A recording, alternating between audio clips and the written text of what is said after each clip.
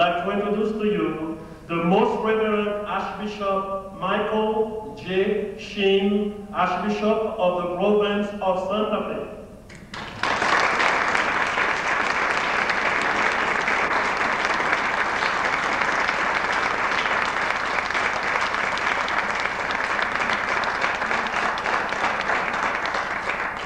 Thank you very much, Nick, for that beautiful introduction.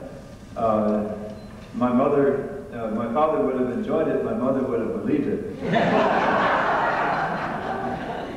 I'm very happy for your warm introduction and for the introduction that you gave me the day that I came to the Archdiocese last year in April. And I find that here we are in the forum.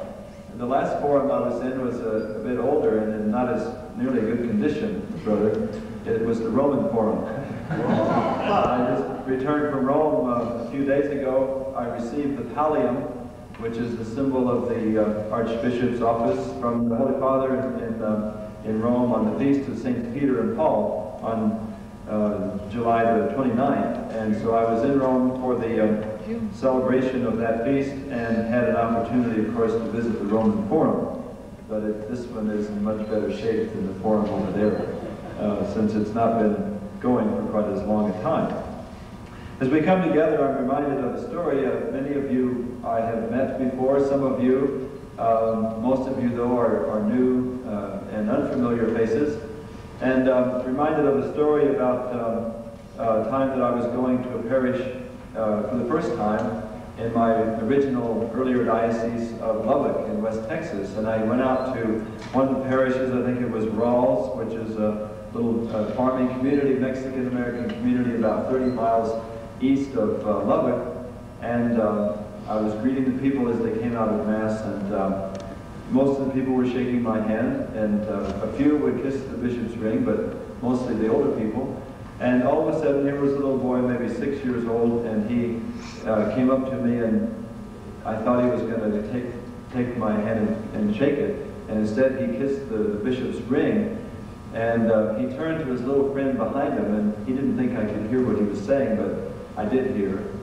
And he said, "Hey man, kiss his ring and make a wish."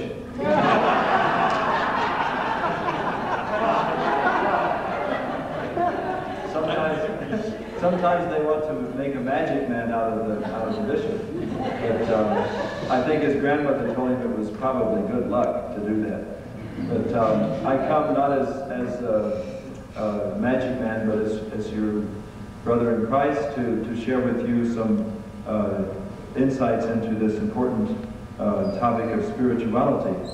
And I have had many occasions to speak to people in our cathedral and to people around the Archdiocese. I've tried to visit as many parishes in this time as I could, and I've been to all but about 10 now, and of the 91, and then there are 285 missions, and I've been to the majority of those as well. But I was going into the cathedral the other day, and I was dressed, in the mitre and crozier, going in to have confirmation, and the music was playing, and the bells were ringing, and there was a little kid there, and a little boy that looked up, and as I was going into the cathedral, and he said to me, with this mitre and crozier, I looked at him and says, "Hello, baby Jesus."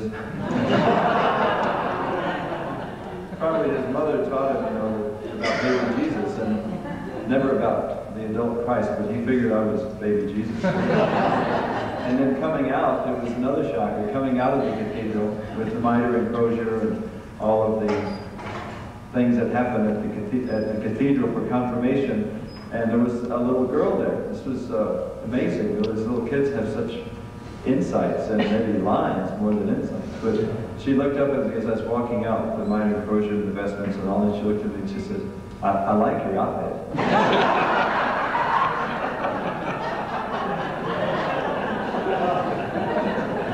So it's never dull being a priest and never dull being a bishop. But I'm happy to see all of you here this evening. And some of you maybe I saw earlier today, we just dedicated a brand new church in the city. Were any of you there for that? Oh, quite a few. Yes. Santa Maria della Paz, the new church in the city, and a magnificent, beautiful church built in, looking like one of the adobe Pueblo churches built by the Franciscan missionaries with the help of the new converts from among the Native Americans. It's a wonderful, it's both new and old. And so if you haven't had a chance to see it yet, you may, while you're here, get a chance to go by and look at it. It's right across from the community college, a few miles out of the city, but well worth going over to see it. It's in the south side of the city. Let's see, how many of you would be from Santa Fe? And how many live here in Santa Fe? Practically everybody, for heaven's sake. Some live elsewhere, coming for this institute or visiting here in the city of Santa Fe. Well, where are you from? From Sevillos? Well, that's pretty close. And yes? I'm from Mescalero. Oh, Mescalero, good. San Diego, California. Oh, San Diego. Here for this institute? Or visiting? Actually, to visit. My friends. Good, wonderful. Welcome. Welcome. The bishops had a meeting in San Diego just last month, so I was out there too. Someone else from out of town? Grass Valley, California. Goodness, another California. Santa Rosa. Santa Rosa. Okay. The wine country, isn't it? Good, very good. Yes? Grand Junction, Colorado. Rhode Island. Rhode Island. Welcome. Mill Valley, California. Woodland Hills, California. California is well represented. Yes? Chicago. Good. Florida. Goodness, every part. San Francisco, California. San Francisco. One of my favorite cities. South Bend, Indiana. Notre Dame. Good. New Jersey. What's about New Jersey? It is a state. Yes. Belleville, Illinois. So, really, all the different corners of our country are represented, although most of you come from the city of Santa Fe. Well, I'm happy that you are here, because the topic that we speak about tonight is one it's very important. I think it is really broader, Bill, to me than just body and soul. It has many more aspects to it than just the body and the soul as we speak of holistic spirituality. But the topic of spirituality for busy people today is one that's extremely important, because very often people are too busy to take time out for God. I think our world has become increasingly secular, increasingly materialistic, and there is a group of people that have very strong, a lot of power. They're very strong in our country that really look at religious values, and the topic that draws us together this evening is really a waste of time, something for the ignorant and the unwashed. And I believe that for you to be here to talk about spirituality, to reflect upon it, whether for one day or for the 5 weeks that we have, is a very, very important thing to do. We live in this world, and yet we know that God created the earth. He created us, and that we must relate to Him. So often our society, being very secular, wants to shove thoughts of religion and thoughts of God and spirituality aside. Very, very important for us, though, to reflect upon it. There are two basic principles of the spiritual life. Two basic principles if we want to think about the spirit and about religious values, spiritual values. The first of those principles is that there is a God. That there is a God. Contrary to the contemptuous secular elite who would make us believe that there isn't, or that if there is a God, He doesn't count. So first of all, that there is a God. And secondly, it ain't you. Very often in our world today, we're tempted by our society to think that we have become gods unto ourselves. And that has caused terrible problems. If we become the center of the universe, if the only thing that is important is our own belly button, and that we make up our own rules, and our own mind is is the important thing and nothing else counts, then I think that we're really in for trouble. So there is a God, and it ain't you, it ain't me. Rather, there is a God who has created us and who loves us and who wants us to be happy. And so if we become gods unto ourselves, we become selfish, and other people's values don't matter, and the needs of the poor don't matter, and the needs of the elderly don't matter, and the needs of children, people younger, don't have any importance. If we become God unto ourselves, then we're doomed to a life of unhappiness. I don't agree with that at all. So, okay. I totally disagree. I just have to state my truth. Good. I appreciate your honesty about it, but I would hope you give me a chance to share my views, and then we will have a chance to discuss it further. Okay? So, And I would appreciate that if you have any question after the presentation, the Archbishop will be available for questions. Thank you. good. So we will pick up on that when we finish with the presentation. But the point I'm making is that God wants us to be happy, and He wants us to be joy-filled people, and that in order to do that, we have to find out what His will is and seek to live it. And if we do that, I believe that happiness will come to us. Now, I think that there is really the question of why do we exist? And I think that very often, by going back to basics, we're able to understand things that maybe are not so clear if we don't look at the traditions from which we have sprung. Why do we exist? Well, to know God, to love Him, to follow Him, to be happy in this life, and to have eternal happiness with God in the life to come. A very brief answer, and yet one that I think, if followed with greater zeal and joy, there would be much more happiness in the world today. We look for the Lord's plan if we want happiness.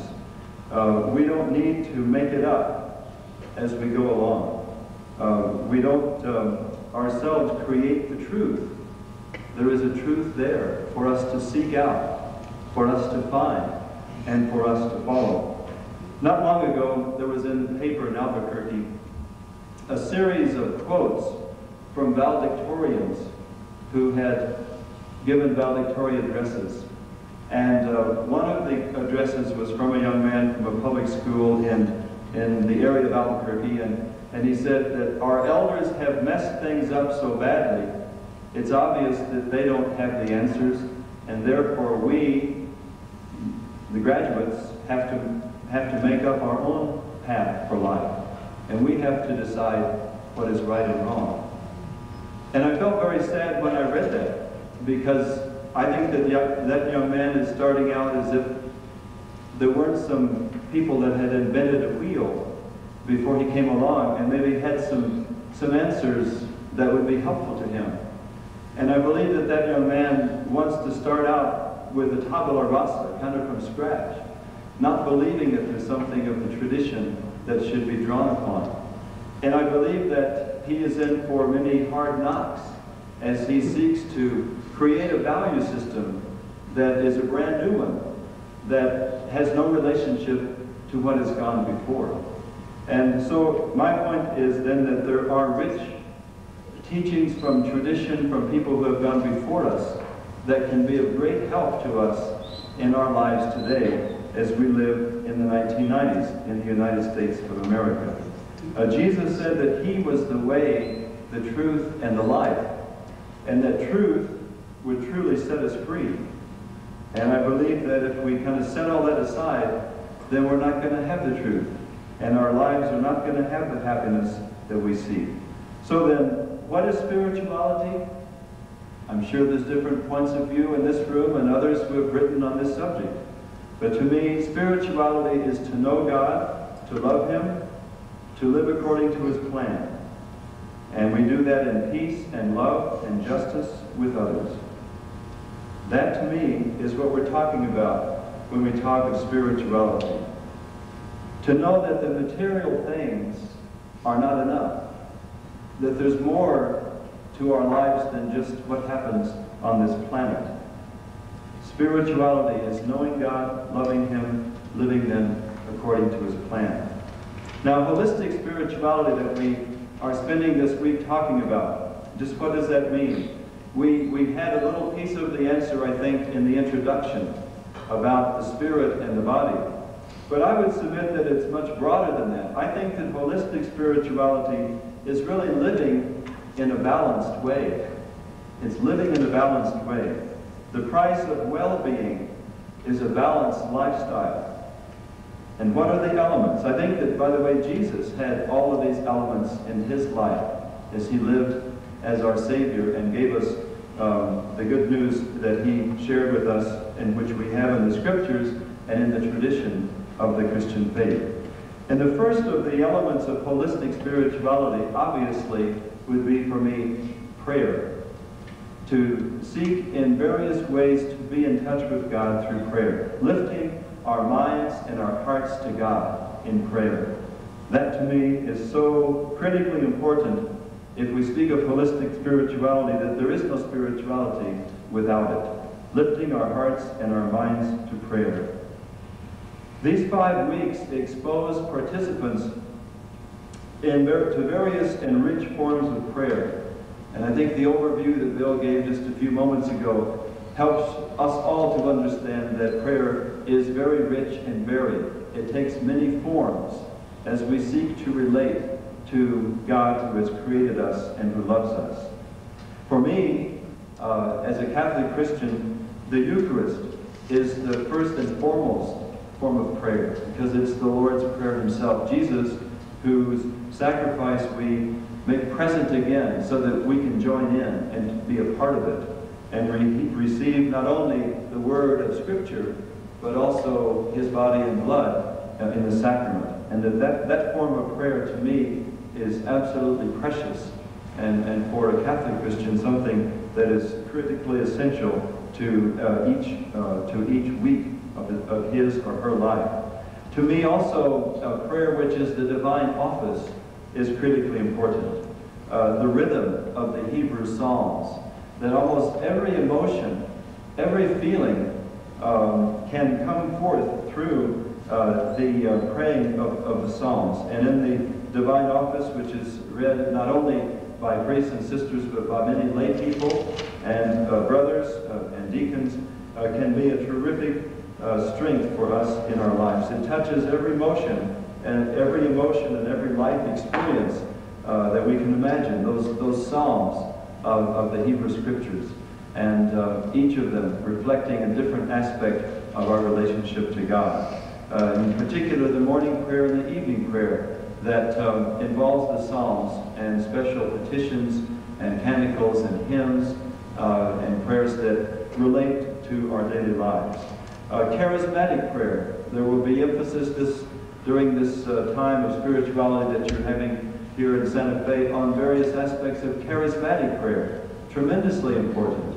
And for centuries left undeveloped, and here in more recent times become a very important part of the spiritual life of many people. Charismatic prayer has become that. Lectio Divina, the monks of the Middle Ages, and of course the monks of today, and many, many lay people are deeply involved in prayer, which takes on that prayerful reading of the Scriptures, and stopping and focusing on particular phrases of the Scriptures, and letting those words of the Gospel or whatever aspect of the Scriptures we're looking at seep into our hearts and into our souls. Lectio Divina.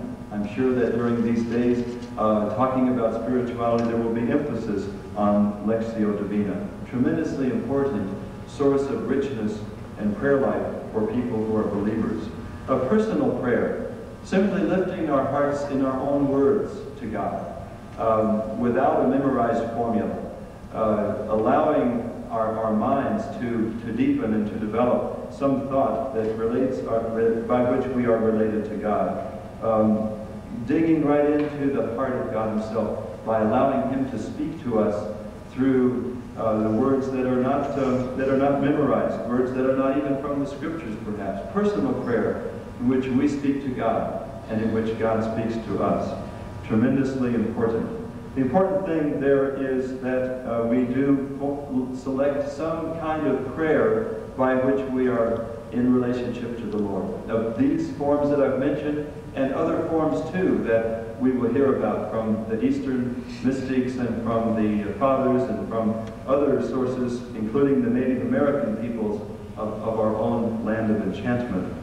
I think along with the notion of prayer as one of the important of the 7 points on holistic spirituality, I would want to include in that broad topic of prayer our response to God's call to holiness by trying to live the commandments that He has given to us in the Scriptures, and also by seeking forgiveness when we fail to live up to those commandments. Not setting up our own commandments, but looking at those that the Scriptures themselves have given to us. Tremendously important. And of course, if we are women and men of prayer, we're going to be drawn into a spirit of hope. I think one of the aspects of human living that our society has lost today is that many people live without hope. In talking to young people the other day, some involved in gangs, they seem to have lost the sense of hope for their future because their family life has been horrible, and they have come from dysfunctional family situations, and so the whole idea of hope is a very, very difficult one for them. And so with prayer then, let us see the importance of hope for our personal lives and for the life of our families and loved ones and the communities to which we belong. And to be able through our prayer to develop a trust in God, that He really cares, that there is a loving God who truly is interested in us, cares for us, wants us to be in relationship to Him.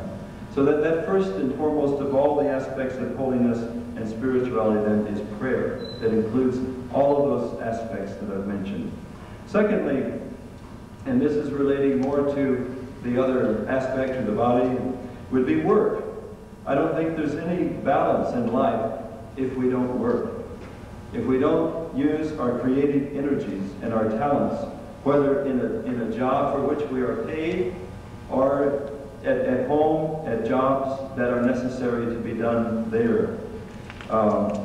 We all need some way to see our creative energy bearing fruit, and that our time and our talent is being used in a creative way to lift up people, to help the poor. Sister Pat with her work for the sick poor of our area, tremendously important.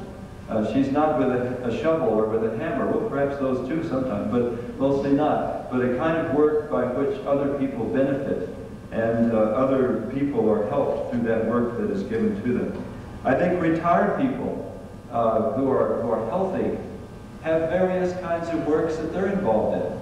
Various things, whether at their church or within the community, for the city or the state, for friends, ways in which they work, and they work hard to help other people and to reach out to them in love. So work is central to being happy, to feeling needed. A life of pure leisure, I think, is just the most destructive thing for spirituality that there could be. Now, I know the Italians like to say dolce far niente, but after a while, dolce far niente gets very, very boring, and it's not very uplifting to the soul. On the other hand, too much work can be destructive too. And we all know workaholics who work every moment of the day and night, and they get a lot of things done, and yet they're not whole people. They're missing big chunks of their personality because it's not that they've worked too little, but rather that they've worked too much. And they have become so engrossed in their work that they have maybe shut out people that need to have had their love and their attention.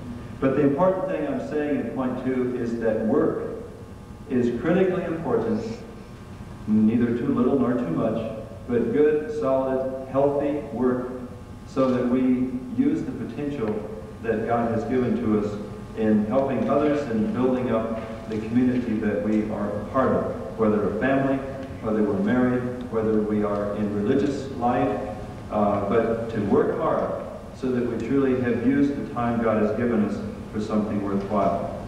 The third of the elements that I see for holistic spirituality is leisure time. And that isn't just the 7 hours of sleep that you need, or the 6 or the 5 or the 8. Everybody has a little different need in terms of sleep, and that is important, critically important, sleep and rest. But when I say leisure time, I include that, but I include other things too. We are busy people in America. Many don't know, though, what leisure time is. They keep so busy with their job and with distractions that leisure time is something that they have never learned to enjoy. Well, we need to do things just for the fun of it. We need to have fun in our lives, things that we enjoy, things that we are happy to do, we are relaxed doing. It might be that such things as enjoying particular kind of music. I enjoy classical music. I enjoy New Age music. And I've got a CD set that will play 6 CDs. I don't have to listen to any commercials for a long, long time. And I enjoy that music as I'm reading, or as I'm studying, or just doing little chores around the house where I live. Many people enjoy travel. In fact, some of you are here in Santa Fe because you do enjoy travel. You've come here to enjoy this lovely state and this beautiful historic city. And I too enjoy travel. It is a form of leisure that I find very appealing. Seeing some of the beautiful things here in New Mexico, people have asked me, well, where are you going to go for your vacation? I said, vacation? When I have some time, I love to get in my car and drive up to Abiquiu, or over to that beautiful area between Taos and Angel Fire, and look around and see the interesting, beautiful places that we have available to us here. I enjoy that leisure time used in travel and seeing things and enjoying places that I have never been, or that I have enjoyed and want to go back to. I enjoy a good dinner with friends and a glass of wine, and also find it interesting to try my hand at cooking from time to time, and to do a little, especially with Italian food, with pasta and things like that. To me, that is leisure time, and it's enjoyable time to have friends over to my house and to cook for them and to be there with them in an interesting conversation. That's leisure time. It's not work. It's leisure time. And even, who knows, even an occasional cigar in a well-ventilated place. For myself, not for others, perhaps. Some people love watching basketball or football or the soccer games or the World Cup on television. That's a great form of leisure, provided that the amount of time involved is not so great that you lose out on the other aspects of life. Reading, art. I'll bet there are many of you in here who enjoy art. You've learned to do various forms of art, whether crafts or painting, perhaps some sculpting kinds of work, and that is good. That is a leisure thing that gives you a lot of joy. Other kinds of hobbies. Of course, the number of hobbies that people have it would be endless. But here, ballooning, a lot of people like to go up in the hot air balloons. Others, like myself, I enjoy skiing, downhill skiing, and what a nice state to be in for that, because we have many places, not only Angel Fire and Taos, but even Santa Fe and Albuquerque, the places nearby where one can ski. But the hobbies, whether it's collecting stamps or even some that like model airplanes. Anybody here like model airplanes? Our trains? So even some people whom I know, adults, who enjoy those kind of things. The important thing being that developing our lives so that there is leisure time. Without it, part of us dies. We need the leisure time. And fourthly, family and friends. There is a terrifically important aspect of our life that is missing if we don't have room for family and friends. We're not well-balanced people if we don't relate to others. And certainly to not relate to family, it's a real problem if we have shut out our family